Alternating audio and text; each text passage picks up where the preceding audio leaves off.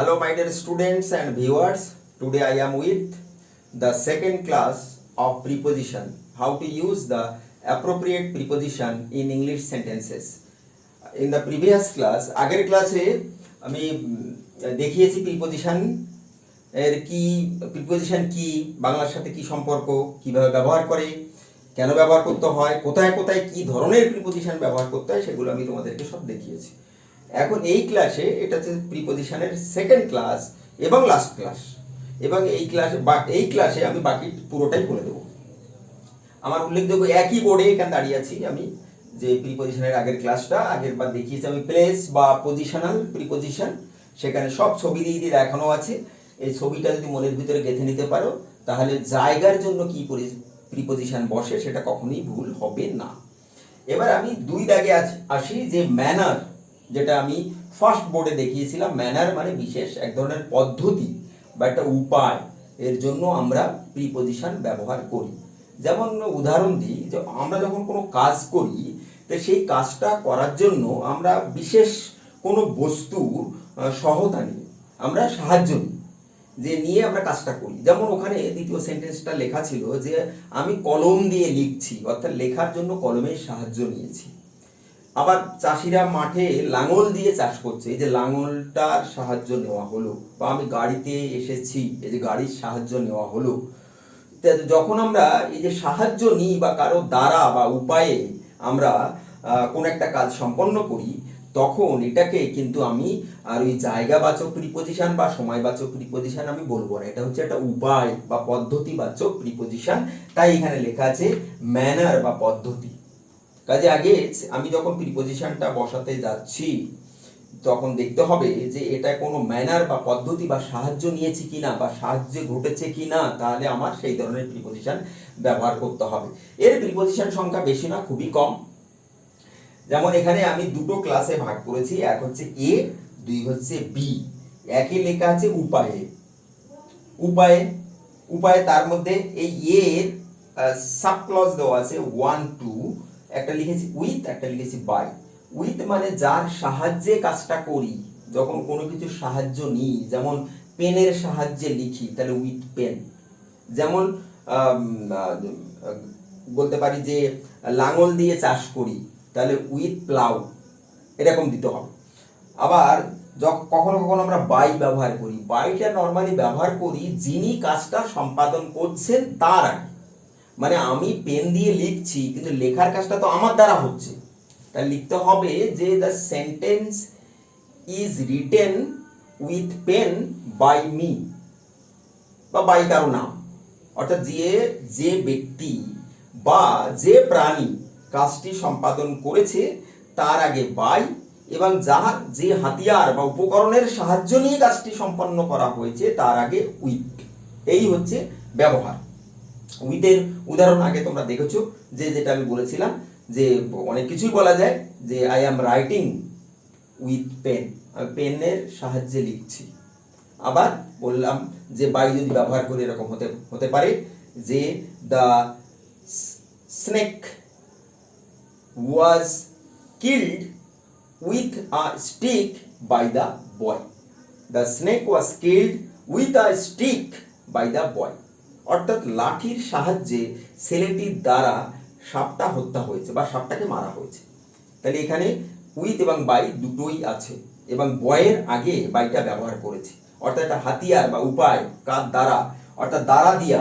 এখানে বলি যে এগুলো কিন্তু একটা কারকের সম্পর্ক আছে।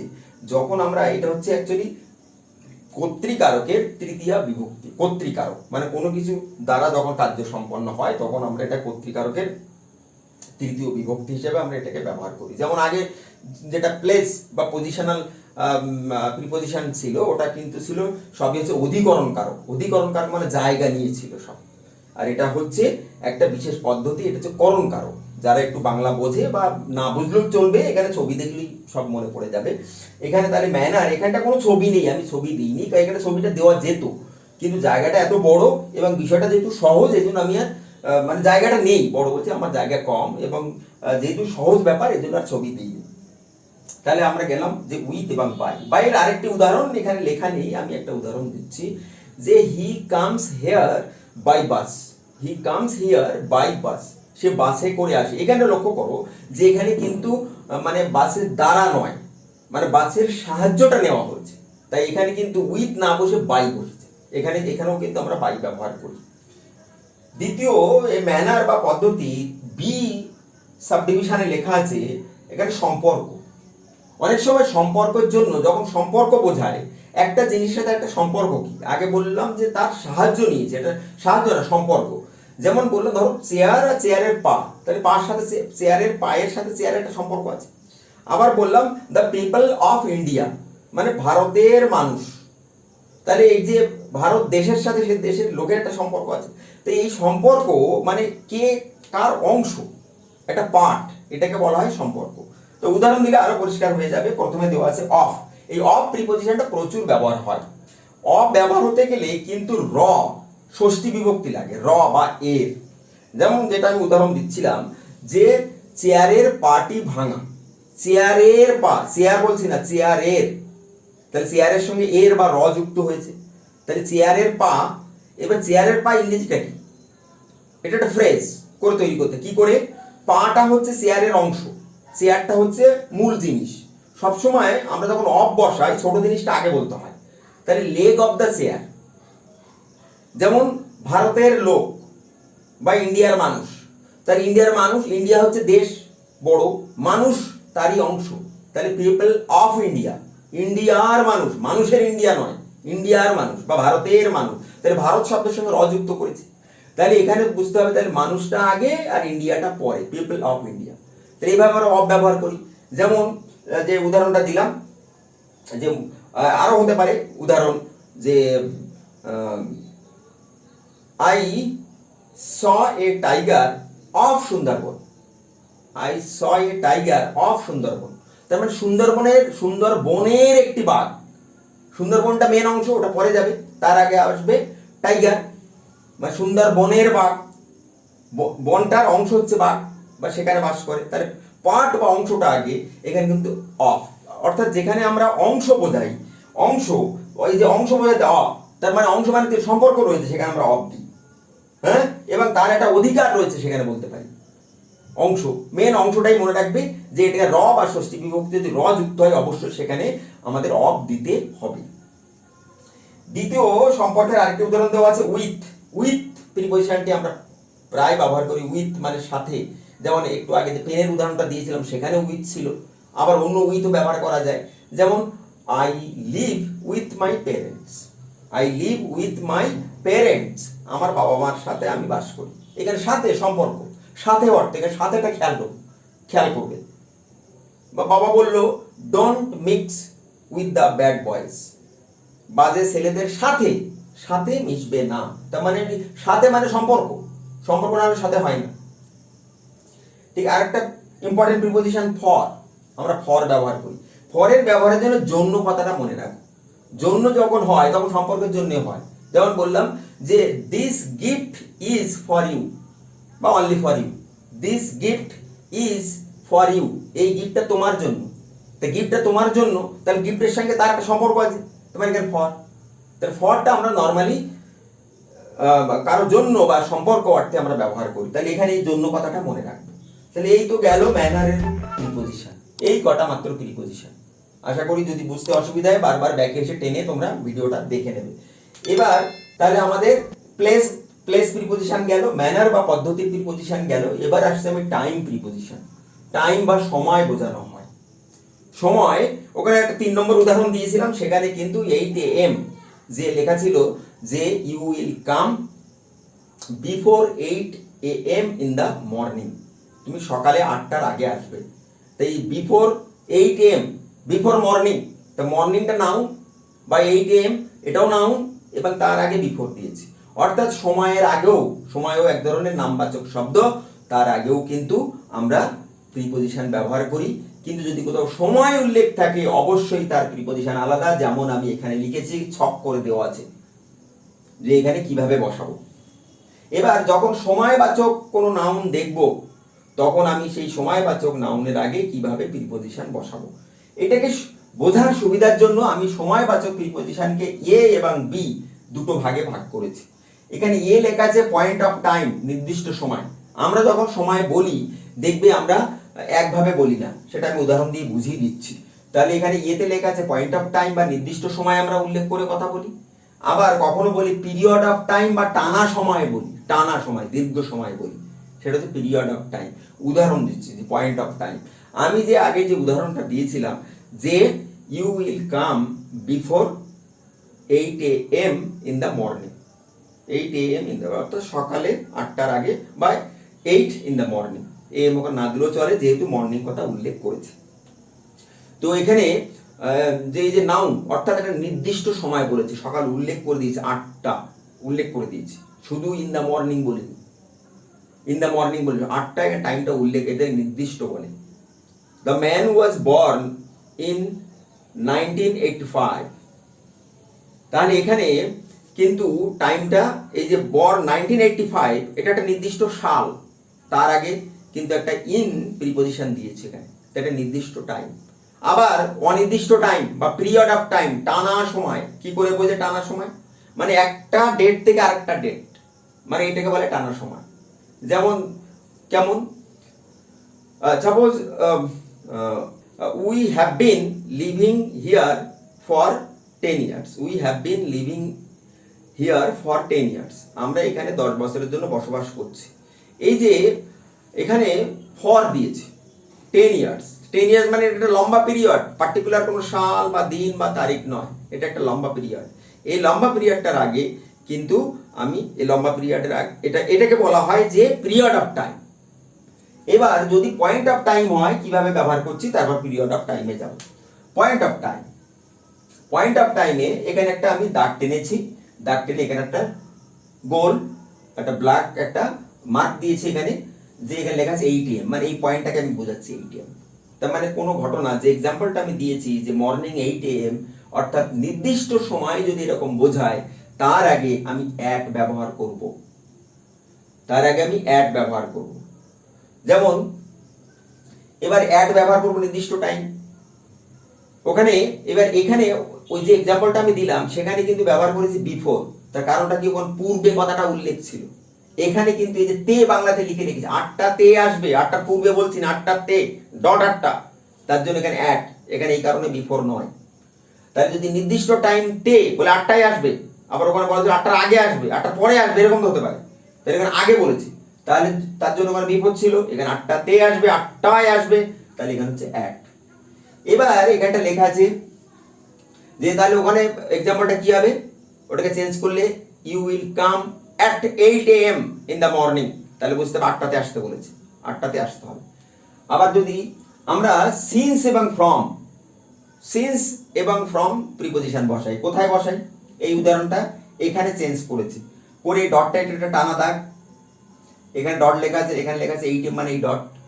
অর্থাৎ সিন্স বা ফ্রম আমরা তখনই লিখি যখন কোনো নির্দিষ্ট সময় অতীত থেকে আরম্ভ হয়ে এগিয়ে আসবে, অতীত থেকে আরম্ভ হয়ে এগিয়ে আসবে, সাধারণত এটা পারফেক্ট টেন্সেই হয়।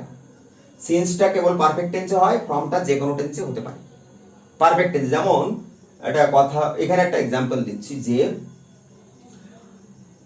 যে the boy has been reading the story since 10 o'clock in the morning, since 10 o'clock in the morning, এখন হতো সন্ধ্যেবেলা, তাহলে বলছে যে সকাল 10টা থেকে, মানে অতীতের সময় থেকে এগিয়ে আসছে সিন্স। যদি আমি এর আগের যে এক্সাম্পলটা দিয়েছিলাম যদি এমন বলতে পারতাম যে we have been living here since 2010, 2010 মানে 2010 থেকে এগিয়ে আসছে, এটা অতীত একটা নির্দিষ্ট সময় থেকে এগিয়ে আসছে। এবার ওখানে ফ্রমও দেওয়া যেত, ফ্রমও ব্যবহার করা যাবে, সিন্স আর ফ্রম তোমরা একই ক্ষেত্রে ব্যবহার করতে পারো, কোনো অসুবিধা নেই, সিন্স ফ্রম 2010 দিলে হবে। কাজেই তাহলে এটা উদাহরণটা ভালো করে বোঝো যে অতীতের কোনো সময় থেকে, অতীতের সময় থেকে চলে আসছে, তখন আমরা সিন্স বা ফ্রম ব্যবহার করব। যদি পারো এটা পারফেক্ট টেন্সে, আর এটা হচ্ছে সাধারণত যে টেন্সে ফ্রম ব্যবহার করা যায়। এরপরে এখানে একটা উদাহরণ দিয়েছি, এখানে একটা দাগ টেনেছি, এখানে একটা গোল দেওয়া আছে, এটাই 8 AM, এই পয়েন্টগুলো 8 AM, একই উদাহরণ আমি সব জায়গাতে রেখেছি। যদি কোনো নির্দিষ্ট সময়ের আগে বলে তাহলে বিফোর দেবো, সেই নির্দিষ্ট সময়ের পরে বললে আমি আফটার দেবো, আফটার প্রিপোজিশন দেবো। যেমন যে এক্সাম্পলটাকে দিয়েছিলাম, you will come before 8 AM, before 8 AM, তার মানে সেখানে কিন্তু মানে আগে বলেছি আমি, 8টার আগে আসতে হবে, তাহলে বিফোর। তাহলে এটা যদি আমার নির্দিষ্ট 8টা টাইম হয়, নির্দিষ্ট টাইম, এটা কিন্তু সব নির্দিষ্ট সময়। যে এইখানটা আমি যেগুলো বসাচ্ছি বা দেখাচ্ছি যেগুলো সব নির্দিষ্ট সময়, তাহলে নির্দিষ্ট সময়টা যদি 8 AM হয় তার আগে হলে বিফোর। আবার যদি বলি না 8টার পরে আসবে, তাহলে বললাম যে you don't come after 8 AM, 8টার পরে আসবে না। তাহলে যদি আমি পরে বলি তাহলে আমি কি দেবো, আফটার দেবো। পরে বললে ওই নির্দিষ্ট সময়ের পরে হবে না। ডান দিকে কিছু আর অতিরিক্ত ব্যবহার আমি দেখিয়েছি। এখানে লেখা আছে সানডে, সানডে মানে যে কোনো বার, সানডে মানডে টিউসডে যে কোনো বার, 5th জুলাই মানে যে কোনো ডেট, ক্রিসমাস যে কোনো অকেশন। এদের আগে আমরা অন লিখি। অন অর্থাৎ সানডেটাকে, এগুলোকে আমরা নির্দিষ্ট সময় হিসেবে, ক্রিসমাস নির্দিষ্ট, 5th জুলাই নির্দিষ্ট, সানডে একটা নির্দিষ্ট বার, তার আগে কিন্তু আমরা অন প্রিপোজিশন লিখবো। কাজে এটাও নির্দিষ্ট সময়, এগুলো তাদের আগে আমরা অন লিখবো। কাজে হয়ে গেল আমাদের টাইম প্রিপোজিশন, যেগুলো সময়বাচক শব্দ, এগুলো সবই সময়বাচক শব্দ বা নাউন, এদের আগে আমরা এই প্রিপোজিশনগুলো ব্যবহার করব। এবার টাইম প্রিপোজিশনের দ্বিতীয় ভাগ হচ্ছে পিরিয়ড অফ টাইম বা টানা সময়। মানে যদি দীর্ঘ সময় ধরে কোনো হয়, যে 2 বছর, 3 বছর, 1 দিন, 2 ঘন্টা, এটা সবই হচ্ছে দীর্ঘ সময়, তখন তাকে বলা হয় period of time. Period of time না পয়েন্ট অফ টাইম, নির্দিষ্ট সময় না অনির্দিষ্ট সময়, টানা সময়, সেটা খেয়াল করে প্রিপোজিশনটাকে বসাতে হবে। প্রথমে দেখেছি এটা সময়বাচক না স্থানবাচক না ম্যানার, এটাকে ঠিক করলাম, ঠিক করার পরে দেখলাম এটা নির্দিষ্ট না অনির্দিষ্ট, এটা করলো অনির্দিষ্ট বা period of time. Period of time কেমন, একদম সহজ পিরিয়ড অফ টাইম। একটাই উদাহরণ এখানে দেখো, এই দাগ টেনেছি, 2টো পয়েন্ট দেওয়া আছে। পিরিয়ড মানে এই পয়েন্ট থেকে এই পয়েন্ট, এটা টানা সময়, এটাকে বলা হয় পিরিয়ড অফ টাইম, টানা সময়। এই গ্যাপটা কত, আমি এখানে লিখেছি 6 ঘন্টা, 6 আওয়ার্স। এটা 6 বছর হতে পারে, 60 বছর হতে পারে, এবার 6 মিনিট হতে পারে, 6 সেকেন্ড হতে পারে, কিন্তু এটা পিরিয়ড। একটা সময়ের বিন্দু থেকে আরেকটা সময়ের বিন্দুতে গেলে তাকে পিরিয়ড বলে। যদি পিরিয়ড এমন বলে, তাকে সেখানে আমরা ফর ইউজ করব। ফর, যেমন বললাম যে they have been playing in the field for 2 hours. They have been playing in the field for 2 hours. যে তারা 2 ঘন্টার জন্য, অর্থাৎ 2 ঘন্টা শুরু থেকে শেষ 2 ঘন্টা, 60 120 মিনিট, এই 120 মিনিটটা হচ্ছে পিরিয়ড অফ টাইম। 2 ঘন্টা ধরে খেলছে বা 2 ঘন্টা ধরে। সাধারণত বাংলাতে আমরা কিন্তু এই সিন্স আর এই ফর বলার সময় একটু আলাদা বলি। যেমন আমরা যখন সিন্স আর ফ্রম যখন ইউজ করি, তখন বলি কি যে দুটো থেকে, এই যে থেকে কথাটা যখন ইউজ করি, আমি এই যে থেকে লিখেছি, তখন বুঝতে হবে সিন্স নাহলে ফ্রম। আর যদি বলে 2 ঘন্টা ধরে বা 10 বছর ধরে, এই যে ধরে কথাটা যখন আমরা বাংলা ব্যবহার করছি, তখন বুঝতে হবে এটা ফর, এটা ফর, কারণ এটা হচ্ছে period of time. Period of টাইমের আরো কতগুলো উদাহরণ এখানে দেওয়া আছে। 2021, 2000 যে কোনো সাল, মে যে কোনো মাস, উইন্টার একটা সিজন, উইন্টার শীতকাল, দ্য ইভিনিং সন্ধেবেলা। এদের আগে আমরা ইন লিখি, কারণ এদেরকে আমরা অনির্দিষ্ট করেই ধরি। ইংরেজিতে এদেরকে অনির্দিষ্ট করেই ধরা হয়। এখন বলতে পারো যে এখানে 2021 কি করে অনির্দিষ্ট হয়, যে অনেকগুলো সালের মধ্যে 2021টাকে এখানে, কারণ আমরা সালের আগে কিন্তু ইন বসাই, ইন 2021, ইন 1947, এটা বসাই কেন, কারণ এটাকে অনির্দিষ্ট করেই ধরা হয় বা পিরিয়ড অফ টাইম হিসাবে ধরা হয়। এবার মে একটা মাসের নাম, মে মাস, অনেক মাসের মধ্যে মে মাস, মানে একদিকে তোমাদের একটা কনফিউশন হতে পারে যে এটা তো মে তো নির্দিষ্ট মাস, তাহলে এমনি মুখস্থ রাখো, মাসের আগে ইন বসে, সিজনের আগে ইন বসে, দ্য ইভিনিং এর আগে ইন বসে, অর্থাৎ এরা হচ্ছে অনির্দিষ্ট টানা সময়, অনির্দিষ্ট টানা সময়, মানে টানা সময় কিন্তু এরা অনির্দিষ্ট, এই হিসাবে এটাকে ব্যবহার করা হয়। এদের আগে আমরা ইন দ্য ইভিনিং ব্যবহার করি, যেমন ইন দ্য ইভিনিং, যে I shall meet with you in the evening, in the afternoon, in the morning. আবার বলতে পারি in May, I will go to Delhi in May, in February, in December, এরকম ব্যবহার করি আমরা। তাহলে এটা গেল আমাদের সময়বাচক। তাহলে বুঝে নিলাম সময়বাচক প্রিপোজিশন যদি হয় সেখানে এই প্রিপোজিশনগুলো, এই ছবি এবং এই তত্ত্ব মাথায় রেখে বসাতে হবে। এবার শেষ, অল্পক্ষণের মধ্যে আমি শেষ করে দেব। আশা করি তোমাদের ভালো লাগছে এবং বিষয়টা পরিষ্কার হচ্ছে। এটা ডাইরেকশন, এটা প্রত্যেকটি ছবি দেওয়া আছে, এটা আরো আকর্ষণীয়, প্রত্যেকটা ছবি দিয়েছে আমি। এই ডাইরেকশন মানে দিকে বা প্রতি বা গতি লেখা আছে, দিকে প্রতি বা গতি। এটা মানে কি? ডাইরেকশন ছোটবেলা থেকে সবাই একটা সেন্টেন্স প্রায় বলে, I am going to school, he goes to school. এই যে গোর পরে টু লেখে কেন? কারণ অ্যাকশন ভার্বের বেশ কিছু ভার্ব আছে, একটা গতি আছে। গতি আছে, গতি মানে কোন দিকে, কার দিকে, কার প্রতি। আমি স্কুলে যাচ্ছি বা যাই, মানে আমি যে যাই কার দিকে যাই? স্কুলের দিকে যাই, স্টেশনের দিকে যাই, গাছটার দিকে যাই। এটা টুয়ার্ডস বা একটা টু, একটা গতি। এই যখন এরকম গতি বোঝায় যে কোনটার প্রতি, এই ভাবটার অ্যাকশন কোনটার প্রতি, মানে কোন নাউনটার প্রতি, ভাবটার অ্যাকশন কোন নাউনটার প্রতি, সেই নাউনটার জন্য। যেমন স্কুলের আগে হি গোজ টু স্কুল, স্কুলের আগে এখানে টু দিয়েছি, অর্থাৎ এই যে স্কুলটা নাউন, তার আগে টু প্রিপোজিশন দিলাম। কিন্তু কেন? এটা কিন্তু স্কুল কোনো প্লেস নয়, এটা যে গো যে ভাব, তার যে ডাইরেকশন, তার যে টার্গেট বা গতি বা প্রতির জন্য কিন্তু এখানে এই টু প্রিপোজিশনটা দেওয়া হয়েছে। কাজে তার প্রিপোজিশন খুবই কম।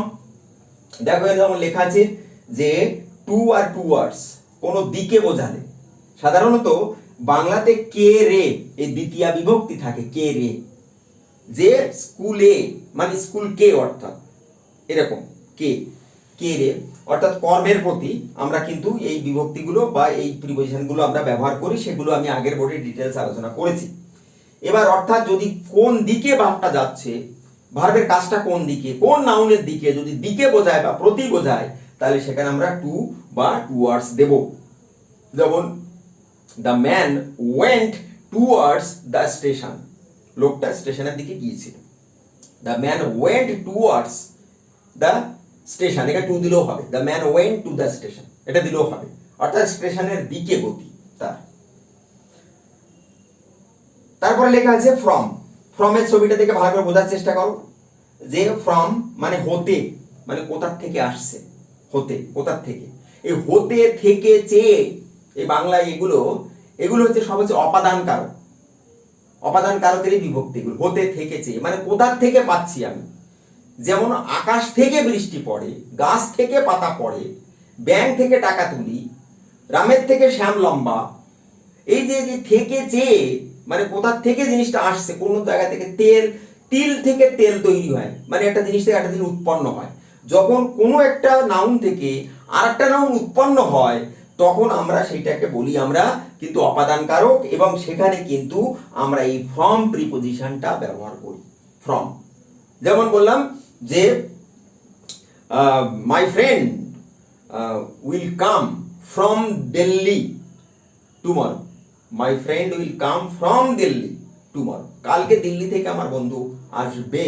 তাহলে কোথার থেকে, মানে দিল্লি থেকে যেন উৎপন্ন হচ্ছে, এটা হচ্ছে ফ্রম। হ্যাঁ, যে সাপোজ বললাম যে we are getting juice from fruits, we are getting juice বা we get juice from fruit, ফল থেকে, ফল হতে জুসটা উৎপন্ন হয়। তাহলে এখানে হচ্ছে ফ্রম। তার জন্য ছবিটা দেখিয়েছি, এখান থেকে ফ্রমটা তৈরি হয়েছে। একটা কিছু থেকে এটা তৈরি হয়েছে, অ্যারো মার্কসটা দিয়ে সেটা বুঝতে হবে যে কোনো কিছু থেকে যদি উৎপন্ন হয় তাহলে ফ্রম হবে। উৎপন্ন হয়, আসে, বেরিয়ে আসে, তখন তো আমরা ফ্রম দেব। এর পরের ছবিটা লেখা আছে ইনটু। ইনটু ও গতি। ইনটু গতিটা কিভাবে আছে? এটা একটা প্লেস, এই বক্সটা একটা প্লেস, বাইরে থেকে ভেতরে এসে ঢুকছে তখন ইনটু, বাইরে থেকে ভেতরে এসে ঢুকছে তখন ইনটু। টুয়ার্ডসটা যেমন এখানে গতি দেখিয়েছি, এই যে টুয়ার্ডস মানে কোন দিকে এগিয়ে যাচ্ছে, এই জায়গা দিয়ে এগিয়ে যাচ্ছে, তখন হচ্ছে টুয়ার্ডস বা টু।